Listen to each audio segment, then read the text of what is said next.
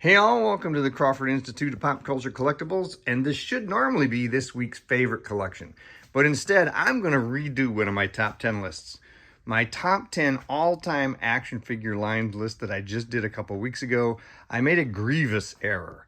And it's been bugging me every day since then, and it just won't let me and my OCD go. It's got to be corrected. Now, some of my 10 action figure lines that are going to be on this list are because of historical importance. Some of them are going to be on this list because of their breadth and depth. Some will be on this list because of their quality. And some will be on this list because I loved collecting them. Most all of them, except for there's only one line, is a line that you can still buy new that is still producing figures. And we'll get to that one in just a minute. We're going to start here with number 10, a Justice League Unlimited. This is a Mattel line. And yes, these guys are very hard to get to stand up. The little legs tend to wilt and allow them to fall over. But they did so many cool characters over the course of several years. And they packed them in 2-packs and 3-packs and 6-packs and 4-packs in every possible way you can imagine. They did a lot of repaints, but they also did a tremendous number of DC characters. More so, I think, than any other line, all in this terrific animated style. So that gets my number 10 spot. That's a line you can still buy for a relatively decent price, too. You're not going to break the bank collecting these, although there's a few exceptions. Mostly, it's possible to get them. That is not true of my number 9 on the list. This is Kenner's Superpowers line. Now, this is a line that was a gateway drug for many of us. When we collected this, it was already tremendously expensive. I started picking them up in the late 80s, early 90s, and certain figures were already at that time what I would consider expensive. And I'm still missing 3 figures in this series that I don't think I'll ever get. But otherwise, I'm pretty complete. I'm working on it. You know, you never know. You might get lucky someday.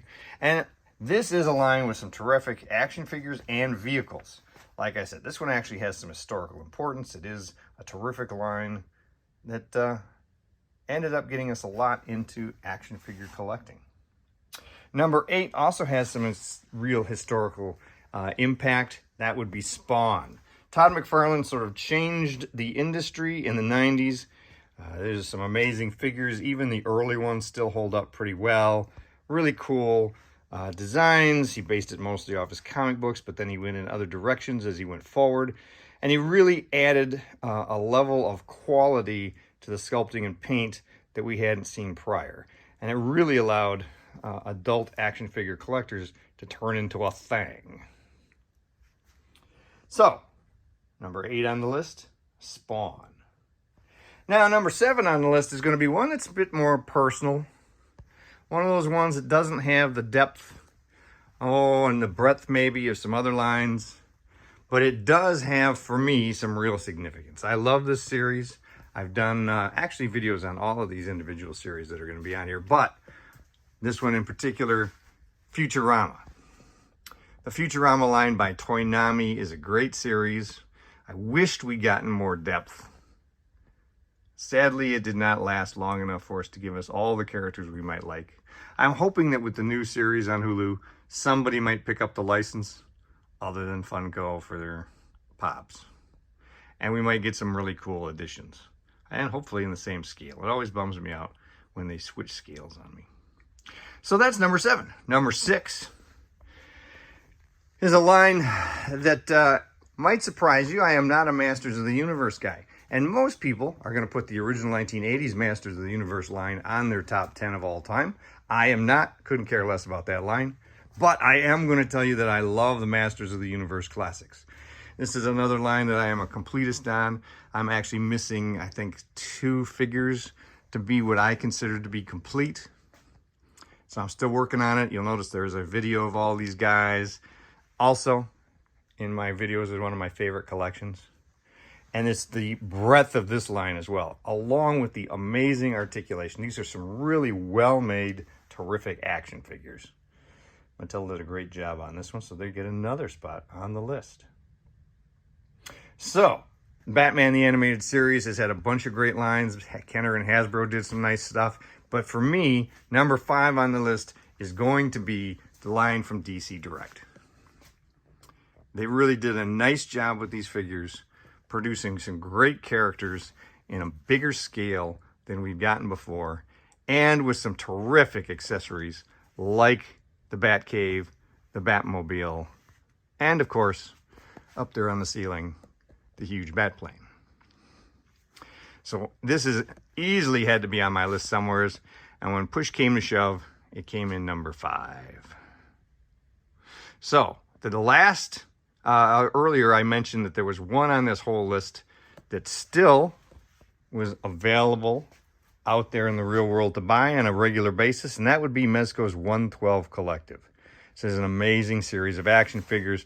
We're well past 100, or maybe even 150 characters at this point in this series. You can see here's my Marvel and DC stuff. And they have plenty of other figures that are, in-house properties, as well as other licensed characters that are really amazing. So that's my number 4 on the list, Mezco's 112. My number 3 on the list is DC Universe. The DC figures are fantastic. Anybody who's bought these, anybody who collected them when they came out, and this is another one that while there's some really hard to get, a handful of really hard to get figures, for the most part, this is a line that if you want to start collecting it now, feel free. You can get into it. You can get a lot of great characters for reasonable prices. It's not bad. And there are plenty of characters to collect. Just like with some of the other ones, they did a ton of different characters in the DC universe.